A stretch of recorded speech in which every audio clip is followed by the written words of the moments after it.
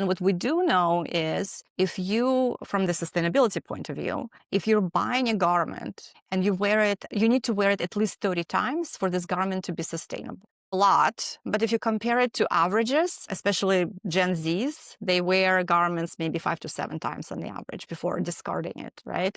So 30 times. How do you do it? You need to be able to make it a little bit more versatile. So how do you make it a little bit versatile is you just envision it in many different outfits with different accessories for different occasions. And that is something that we're helping consumers do.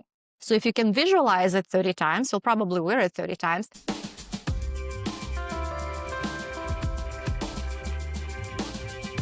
Welcome to Sustainability Transformations podcast, where we explore bold ideas to drive positive change for people, the community, and business. And today's guest is visionary, product strategist, AI innovator, a sustainability advocate, and a fashion tech pioneer. Julia Dietmar is the CEO of OpenWardrobe and former chief product officer at Vue.ai. She's redefining how we engage with clothes through AI-powered wardrobe tools that promote personalization, reuse, smarter fashion choices. And the key goal of our discussion is exploring how to reimagine fashion with AI from the retail waste to wardrobe intelligence and how those building conscious closets through fashion tech. Welcome, Julia. You've built an AI platform that changed how retailers operate. What personally drew you into tackling wardrobe sustainability? Hi, Enoch. Thanks for having me on your podcast. Yeah, so what drew me to sustainability is my previous work at Vue.ai and even before that at ThredUp, which is a secondhand clothing platform, mainly in the US and for women's and children's clothing. While I was in my previous job at Vue.ai, I worked with many apparel brands around the world. We always talked about how to better provide these brands with insights on consumers' preferences and trends so that brands can better plan and better forecast what's going to be popular with their customers in the following seasons and have a much better way to plan production of an assortment and production of their lines. As we all know, apparel industry is overproducing, right? And a lot of times we have many clothing items that are not sold and they're being destroyed. In the worst case scenario, they're just being burned or end up at landfills. And best case scenarios, they go to heavy discounts, which kind of promotes impulsive buying from consumers. And that leads to closets that are full of stuff that is not worn. And that in turn kind of creates signals to retailers to produce things that people don't necessarily want. So it's kind of a vicious cycle. So what we're trying to solve is really empowering consumers to buy some smarter and dress more mindfully. And this is where our tools are coming into play. Can you walk us through your journey from leading Vue.ai to founding the OpenWardrobe?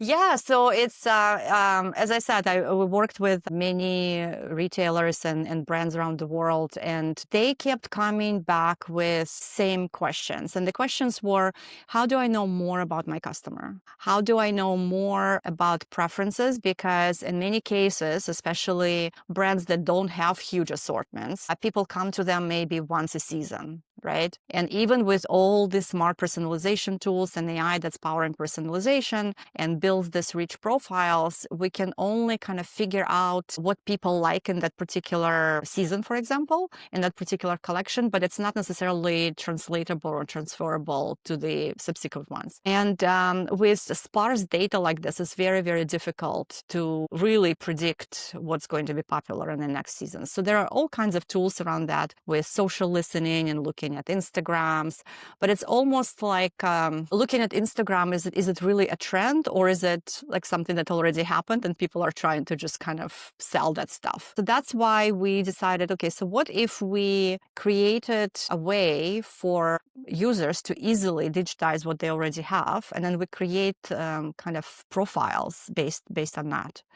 and turn that into insights for retailers, completely anonymously, right? Like none of the data is shared. So that's how the idea started.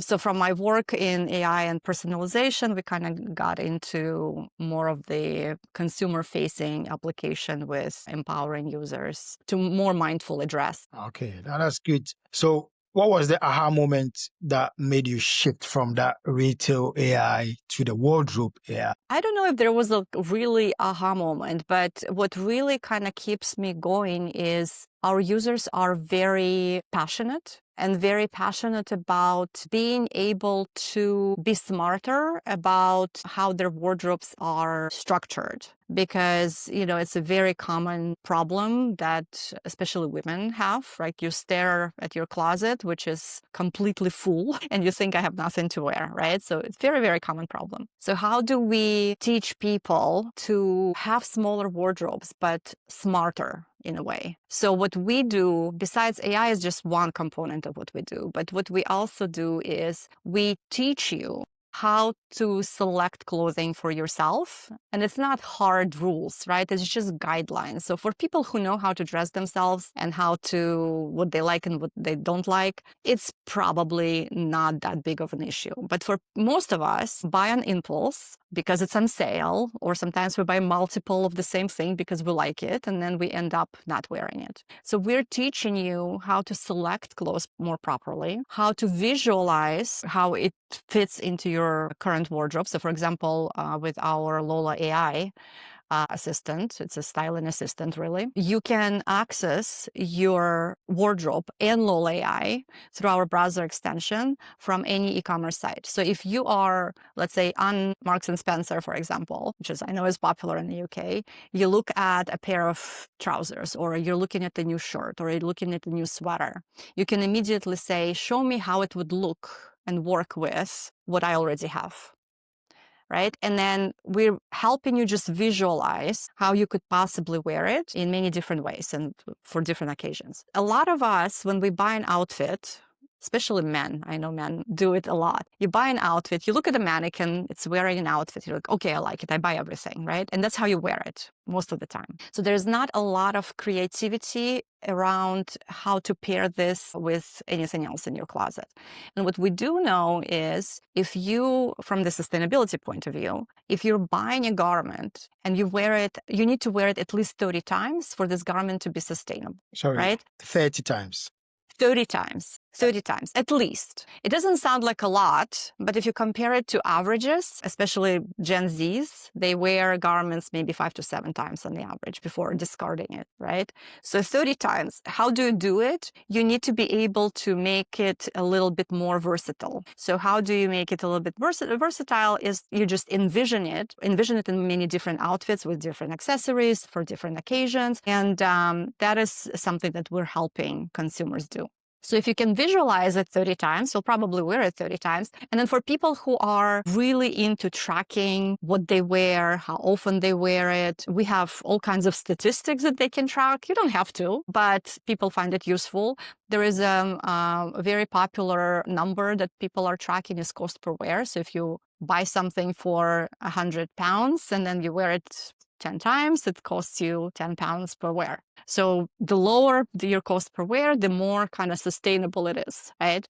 So those are kind of the tools that we're providing. Yeah. So I'm curious to know, what are the key factors that causes people to dispose and not wear it 30 times or 5 times? The obvious ones are wear and tear, and the obvious ones are I've worn it enough, and the people who know me have seen me wear it, and it's an outfit which I take to occasions, for example. But I'm curious to know, what are some surprises on that list? Yeah, so lifestyle changes, for example. So we saw a very big shift after COVID, right? People had a wardrobe that was more geared for going out or going to the office, and then all of a sudden we're all staying home, right? So that's not getting worn. So we saw shifts with COVID. We see shifts with lifestyle changes, like you are a new mom going to work, or you are getting ready to retire, and then you're reducing your in-office hours, for example. So things like that. We also see people in urban areas that have more of their wardrobe for special occasion or kind of date nights, going out. And those are not something that you wear on a regular basis. You wear it when you have those occasions. So this occasion wear tends to be one of the garments that people wear less typically.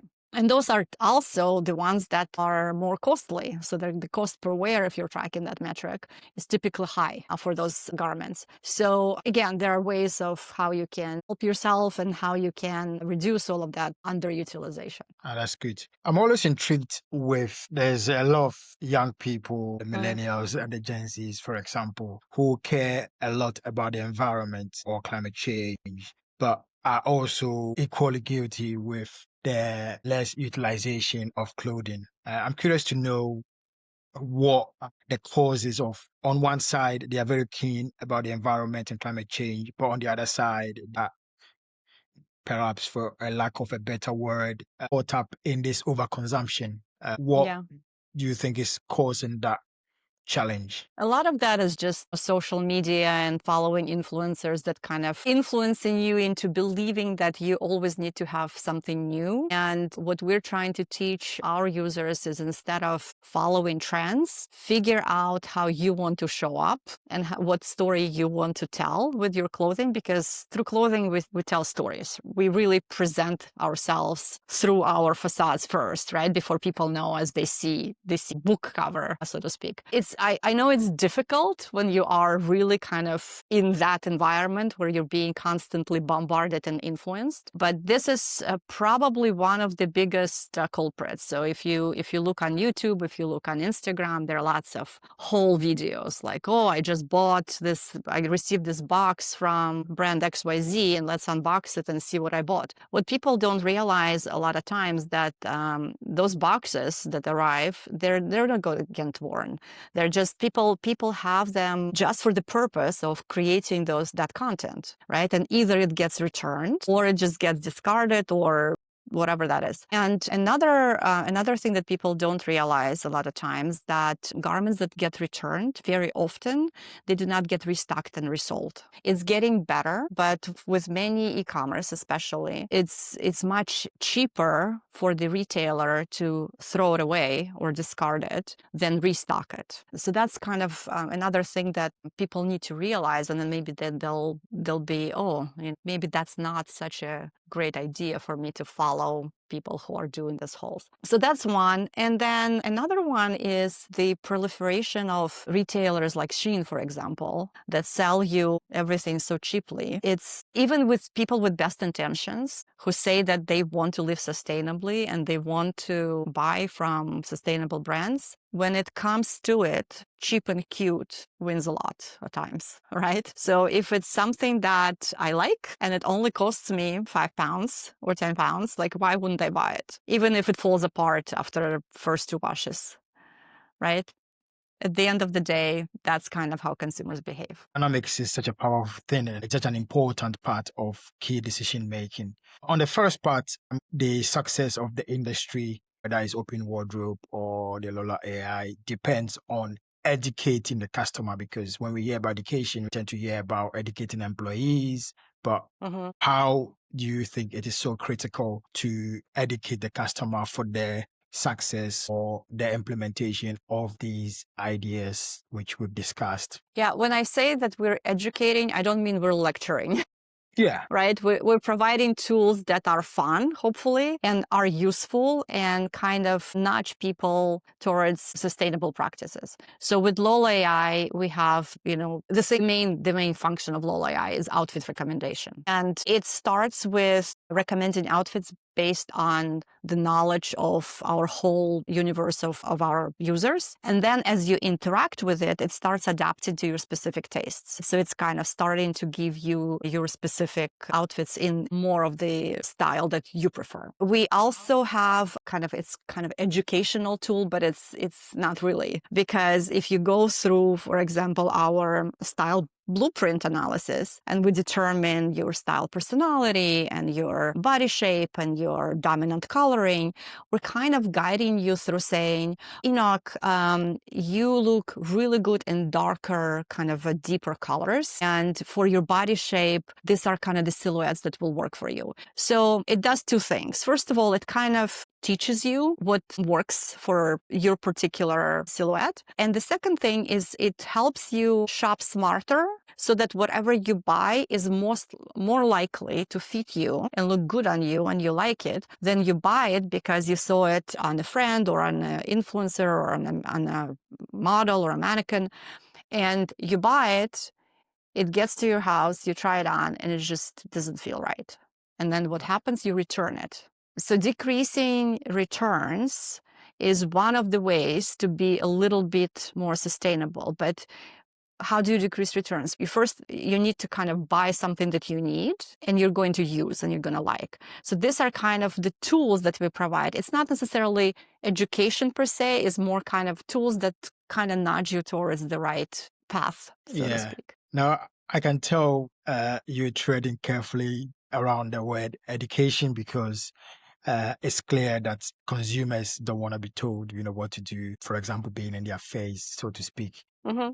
And so, I'm fully aware of that key challenge. So I've heard of a number of styling apps out there, even though I don't know much about the styling apps. But tell us about Lola AI. How does it go beyond those basic styling apps to drive meaningful or mindful consumption? Yes, OpenWardrobe is the name of the app. Lola AI is the AI stylist that kind of lives inside the app. Okay. So we have, again, you can start with digitizing your wardrobe, or you can start by using our style blueprint tools that kind of teaches you how to dress and shop more mindfully. And there are a couple of main things. So if you do choose to start with your wardrobe, and it's not required, but it's very helpful to have your wardrobe digitized for several reasons. One is immediately you have everything you own at your fingertips. And when you go shopping, when you are trying to figure out what to dress, you see everything in the app, right? So a lot of times what happens, and I'm guilty of that as well, is I know that I like, let's say blouses or sweaters of certain style, and I end up with 10 of a very similar ones because I kind of forget what I already have. So that's kind of one thing. And then Lola AI, how it helps is all you need to do is you snap a picture, and then everything else is recognized for you. It's kind of very simple way of doing that. The second thing is outfit recommendation. And I mentioned already that you can use it in many different ways. You can use it within the app just to figure out how to put stuff together. And one thing to remember is that Lola AI is not designed to give you a perfect outfit every time. It's designed to spark your creativity. And a lot of times what our users are saying is that, oh my God, I would have never thought of pairing that skirt with that top. But then I got this recommendation and I put it on, and oh my God, I'm getting so many compliments, but I would have never thought about it myself. Just because if you've never done it before, it's just kind of not your, whatever, you don't think it's your style, right? So that's one. And then the second one is you can access your wardrobe and Lola AI through our browser extension on every website. And then what that does to you is that we already talked about, like before you buy anything, can you visualize it in 30 different ways? We can do this for you in seconds, and then you can just like, yes, yes, yes, no, no, no, should I buy it, should I not, and do it that way. So that's kind of the main ideas. Then we have, it's not applicable to customers in the UK just yet, available only in the US, but if you happen to have listeners in the US, they might be interested in that also. We have integrations with different services. So for example, if you do have that pair of jeans that you love, but zipper broke, what do you do with it? We have alterations and repair service that you can very easily order from the app. If you are done with that sweater and you don't want to wear this anymore, we have integrations with marketplaces that help you resell. So again, Lola AI generates a listing for you, one button click, and it kind of goes. So we're trying to create this whole ecosystem of services that has to do with your clothing that you can easily manage your wardrobe. Good. So how does that disrupt the traditional stylist? would you say? It doesn't disrupt traditional stylists. So the human stylist is still there and it has that human touch, right? Right. What it does, it kind of democratizes the styling Right. for people who either are intimidated by human stylists, like not everybody wants to go and spend half a day in somebody's studio being potentially like dressing, undressing, and like, right? Some people still have this idea of, oh, personal stylists are just for celebrities. They're not, but some people have that idea. And that human touch is still there. I mean, it's still needed, great to have for, especially when you do you have special occasions and you're selecting your wedding dress, for example, or right, something big coming up. But what this does, it democratizes this kind of a creativity aspect of personal styling. Right. And it really just helps you to be a little bit creative and a little bit more mindful around you. And it educates you. Okay, I'm using that word education, but it teaches you how to dress yourself without having to spend a day or half a day at someone's studio if you don't have that time. If I go to the shop and I'm buying a product and it's three different style or three different prices, and one is $1, one is $3, and another is $10, or whichever the currency is, I've got three choices to choose one from. But if I go to the shop and the same product is 10 of them, now I'm starting to get confused which one to choose. So using that context with the AI giving personalization options, are there any potential challenges with users now spoiled for choice so much that they can't even choose? I mean, that exists with or without AI. We have so many choices these days, and I don't think that AI is really making any difference there. If you are in the shop physically and you can try stuff on, buy whatever feels more like you. And if you wear it a lot, so you mentioned like three different price points. One is $1, another one is $5, another one is $10.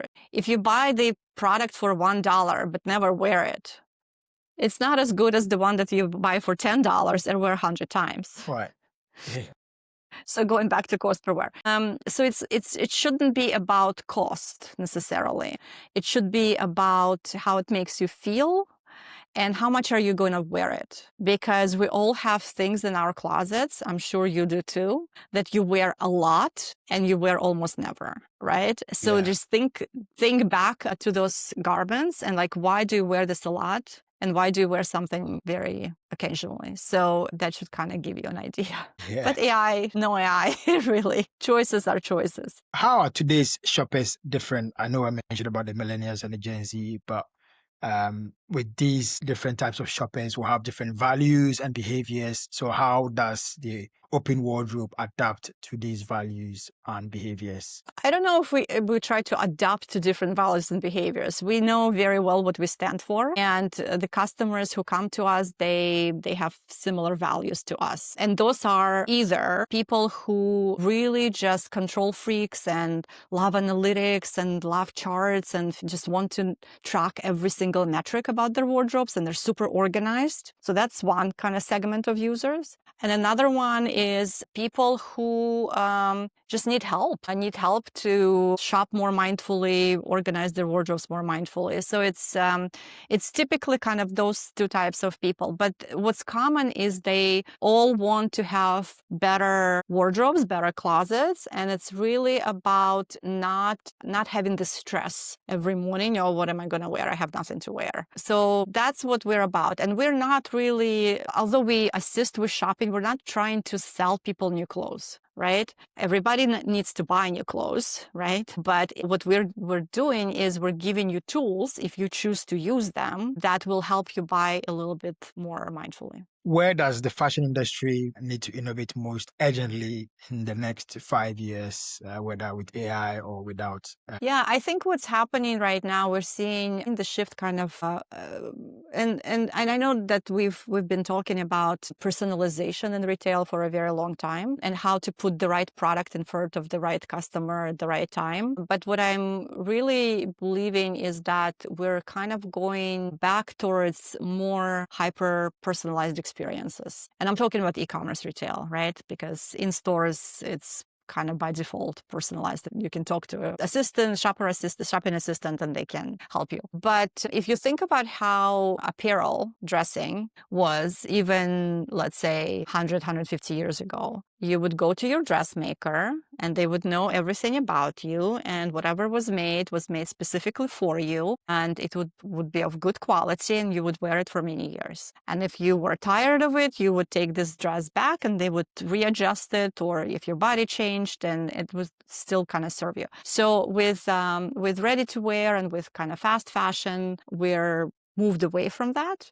but I believe we're kind of going back to buying more quality outfits or garments and less. So where retailers and brands need to figure out how do they produce, and it's very, very difficult problem, how to produce what people buy or what people want, what people need, right? Because overproduction is an issue, and forecasting is very difficult, and trend analysis is very difficult. So how do we maybe change our practices to less immediate gratification and more of this is made for you specifically, in the quality that and in the way that you can wear it and love it for many years. So we've talked about the repairs and the resale and the wardrobe analytics. How do these features contribute to a circular economy model? Yeah, absolutely. I mean, you're extending the life of your clothing, right? So by extending the life of your clothing, just think about it this way.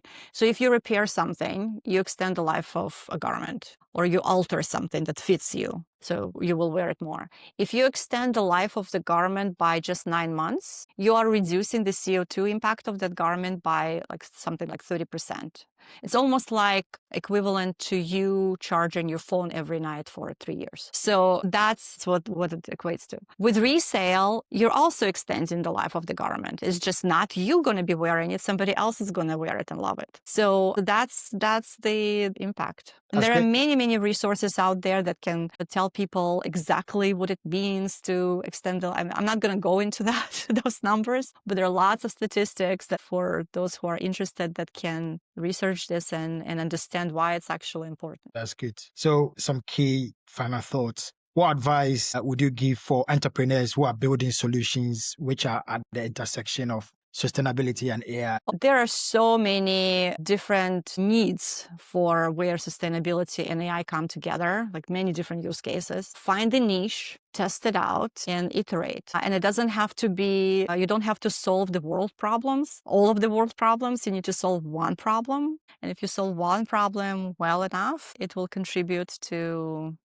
changing many people's lives. I'm certain of it. What is your final thought for listeners who are exploring these AI embedded styles or opportunities to have more personalization? What is your final thought for the listeners and those who are watching? Oh, there are so many tools popping up. Like almost every day, I'm seeing something new in the market. Try them, play with them, have fun with them. It doesn't mean that they will any single tool is going to solve everything that you need, but explore. There are tools that I'm seeing services popping up that help you shop by basically talking to AI. AI being your shopping assistant. You're saying, I am going on vacation to Scotland in the month of August and I need a dress or I need an outfit or I need something. And it goes and finds you, weather appropriate, occasion appropriate stuff. Very fascinating, some of them. We're still in the early stages, but there are really interesting services around that. There are services that are helping you find things that are more suited to your body shapes, for example. So what I'm trying to say is that because there is just such a huge proliferation of tools, just go have fun with it and see what works for you. That's great. Huge thank you to Julia for your time and these incredible insights on these reusing the wardrobe, the open wardrobe. If listeners like your work and want to find more about you, but also where they can discover the OpenWardrobe and the Lola AI as well? Yeah, just go to our website. It's openwardrobe.co. It's not .com, it's .co. And you'll see buttons to sign up, download. You can read about it. You can read our blog. And yeah, drop us a note if you have any feedback. We always love to hear from people. If you have any ideas or suggestions on what we should be doing next, let us know. That's great. Thank you once again, Julia. Thank you, Enoch. Very nice talking to you. Yeah.